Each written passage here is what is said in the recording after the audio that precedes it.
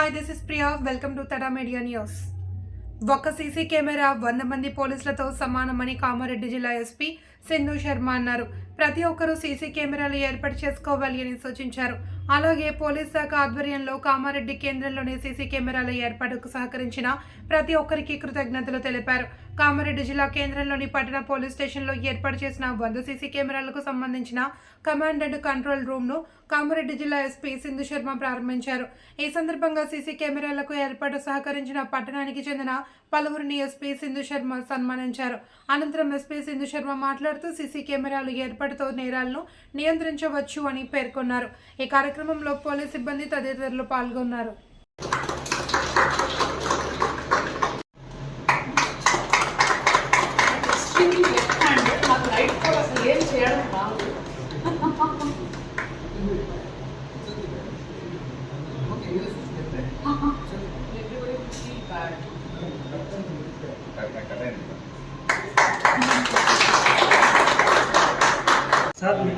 Sir Jules, मेरा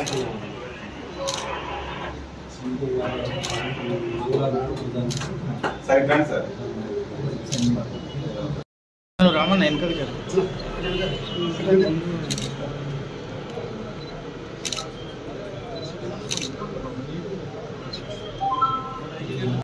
కూర్చోండి అందరు.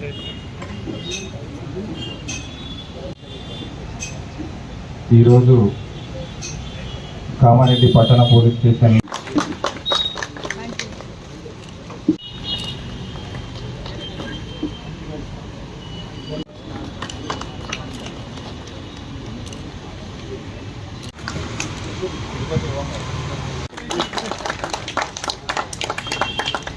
ఓకే సార్ మళ్ళీ మీరు చూడండి.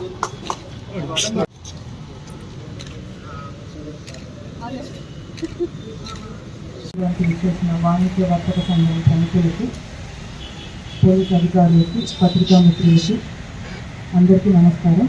ముఖ్యంగా మొదట అందరికీ ధన్యవాదాలు చెప్పాలి.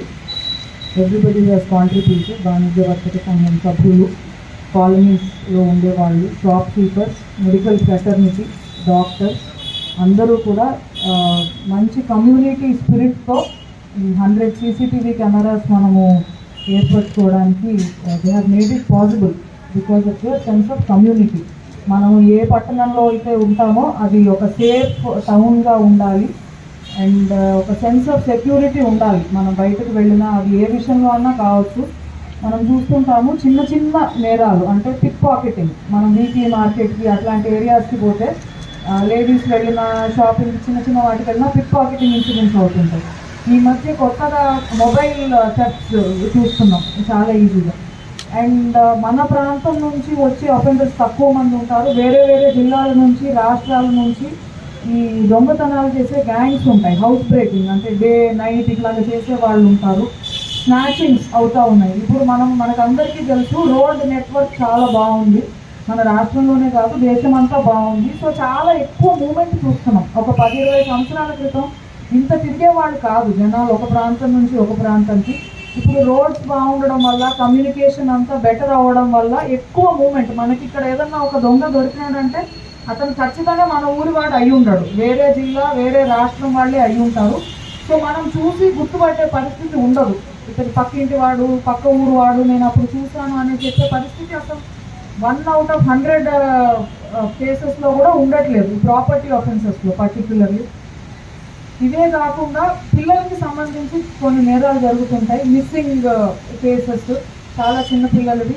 ఆర్ కొన్ని ప్రాంతాల గురించి స్పెసిఫిక్ కంప్లైంట్ వచ్చిందంటే అక్కడ వెళ్ళే వాళ్ళకి పర్టిక్యులర్గా మహిళలకి ఇబ్బందికరంగా ఉండే సాలిసిటింగ్ యాక్టివిటీస్ కానివ్వండి, కొంతమంది డార్క్ ఏరియాస్లో అలాగా తిరగడము, ఫ్యామిలీస్తో ఇబ్బంది పడుతున్నారు అనే కంప్లైంట్స్ కూడా వస్తున్నాయి. ఈవ్ టీజింగ్ కేసెస్ ఉంటాయి కాలేజెస్, స్కూల్స్ అలాంటి ప్లేసెస్లో. సో వీటన్నిటికీ మనకి CCTV కెమెరాస్ అనేవి ఒక ఎక్సలెంట్ సొల్యూషన్ ఉంది. వర్షాకాలం ఉంది, వారి దగ్గరే ఉంది అని చెప్పి వాటి గురించి మనం కంటిన్యూస్గా అవేర్నెస్ మెటీరియల్ కూడా పబ్లిక్కి స్ప్రెడ్ చేయడానికి ఈ సిస్టమ్ అన్నది చాలా ఉపయోగపడుతుంది. And maintenance.